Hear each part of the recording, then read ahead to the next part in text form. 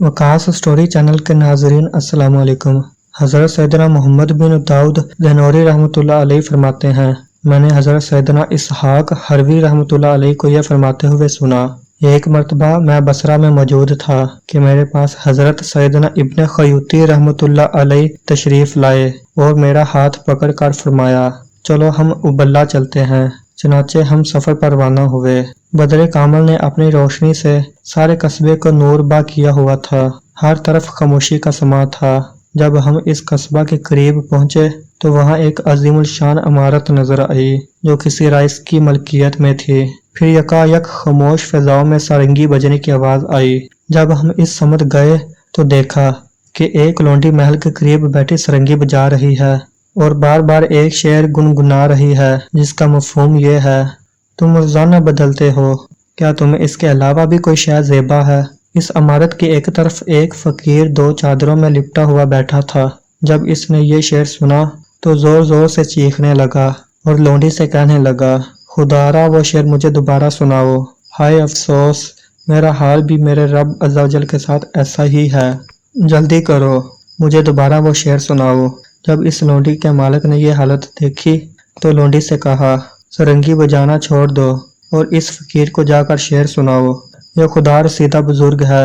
चनाचे वो लौंडी इस फकीर के पास आई और दोबारा यही शेर पढ़ा।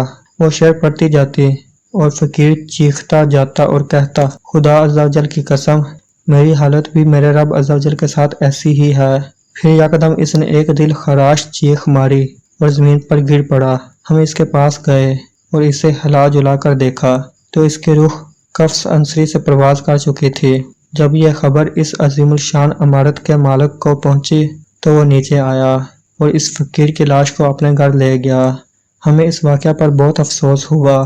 फिर हम अपने काम के सिलसिला में आगे रवाना हो गए। जाते वक्त हमने देखा कि इस साहिब इमारत ने अपने सामने मौजूद तमाम अलाते लहू लुआब तोड़ दिए थे। फिर हम वहां से रवाना हो गए।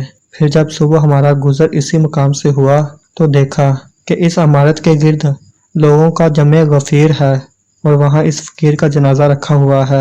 ऐसे लगता था गोया पूरे शहर बसरा में इस फकीर की मौत की इतला पहुंचा दी गई है।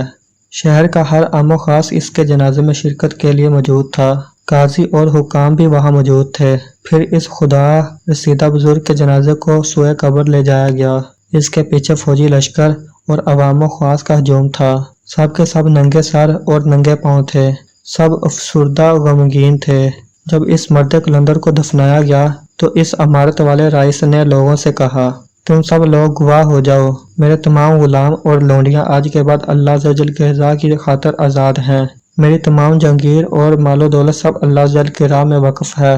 मेरी मलकियत में 4000 दिनार हैं। मैं इन्हें भी अल्लाह अज़्ज़ा वजल के राह में वक्फ करता हूँ। फिर इसने अपना कीमती लिबास उतार कर फेंक दिया। अब इसके पास सिर्फ एक शलवार बाकी बची। इस नेक बख्त राइस की ये हालत देखकर काजी ने कहा, मेरे पास 2 चादरें मौजूद हैं, आप वो कबूल फरमा लें। चनाचे काजी साहब ने इस राइस को वो 2 चादरें दे दी। इसने एक को ओढ़ लिया और दूसरी को बतौर तायबाद इस्तेमाल किया। लोग मैयत से ज्यादा राइस की इस हालत पर रोए। फिर वो नेक बख्त राइस मालिक हकीकी अज़्ज़ा वजल की रज़ा की खातिर अपनी तमाम दौलत छोड़कर दायमी नेमतों के हसूल के लिए एक नामालूम समत रवाना हो गया।